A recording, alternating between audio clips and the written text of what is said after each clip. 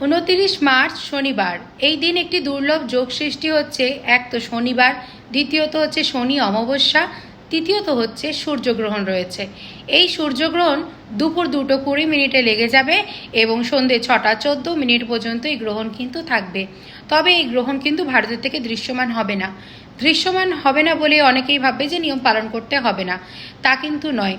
গ্রহণ কিন্তু দেশ হিসেবে নয়, গ্রহণ কিন্তু চন্দ্র সূর্য পৃথিবী নিয়েই হয়ে থাকে। আর আমাদের শাস্ত্র অনুসারে বলে সূর্যকে বা চন্দ্রকে যখন রাহু গ্রাস করতে যায় তখনই সেটা গ্রহণ হিসেবে হয়। অবশ্যই পৃথিবীর এক অংশের ছায়া থাকবে, এক অংশের ছায়া থাকবে না। তাই বলে যে যে তোমার উপর কোনো কিছুই নেগেটিভ পড়বে না তা কিন্তু নয়। এখানে ছায়াটা দেখা যাচ্ছে না বলে যে তোমার উপর নেগেটিভ পড়বে না তা না। আমাদের অ্যাকচুয়ালি রাশির ওপরে প্রভাব পড়ে, রাশি চক্রের ওপরে প্রভাব পড়ে বলে তার জন্য আমাদের সবাইকে সতর্ক থাকতেই হবে। বিশেষ করে যারা গর্ভবতী অবস্থায় রয়েছে তাদেরকে সতর্ক থাকা খুব দরকার। অবশ্যই যারা প্রেগনেন্ট তারা কিন্তু দুপুর 2টোর মধ্যে একদম পেট ভরে খাবার খেয়ে নেবে, রেস্ট করবে। যদি এই গ্রহণ চলাকালীন তোমাদের খিদে পায় তাহলে শরবত জাতীয় জিনিস তোমরা খেতে পারো। খাবারের মধ্যে তুলসী পাতা দিয়ে রাখবে। অবশ্যই হনুমান চালিসা জপ করতে থাকবে। ঠাকুরের নাম গান কীর্তন অবশ্যই করবে। অনেকেই বলে থাকে যে গ্রহণ চলাকালীন বাথরুমে যাওয়া যায় না, টয়লেটে যাওয়া যায় না, এরকম কিন্তু কোনো ব্যাপার নেই।